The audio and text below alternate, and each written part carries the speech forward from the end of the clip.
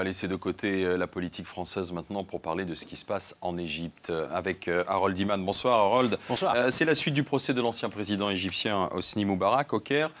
Le procureur a requis la peine de mort contre un Moubarak malade et âgé de 83 ans. Oui, mais cela fait quand même des mois et des mois qu'on attendait ce réquisitoire, car et les charges sont graves. Il y a assassinat et corruption.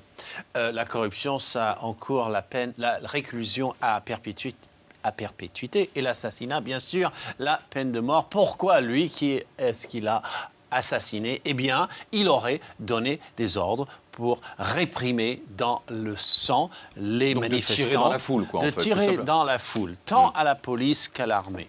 Donc, même si lui-même n'a fait que donner cet ordre, même si l'ordre était un peu vague, et même s'il n'avait pas donné l'ordre, il aurait dû donner l'ordre d'arrêter ce genre d'action, car il est le garant, selon la Constitution, de la protection des Égyptiens. Et c'est ce qu'a fait valoir ce procureur qui a mis très longtemps pour finalement arriver à prononcer ce réquisitoire.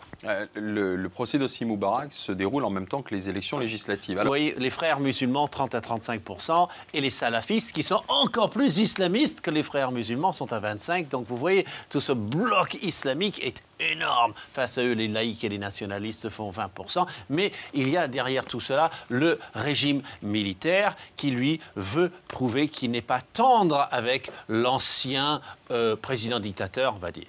Ce qui veut dire que Hosni Moubarak et sa condamnation sont un enjeu politique pour le pays. Pour le pays, et plus particulièrement pour un homme, on va le voir, il s'agit du maréchal Tantawi. Il est à la tête de la junte militaire, le Conseil supérieur des forces armées, et tout l'establishment de Moubarak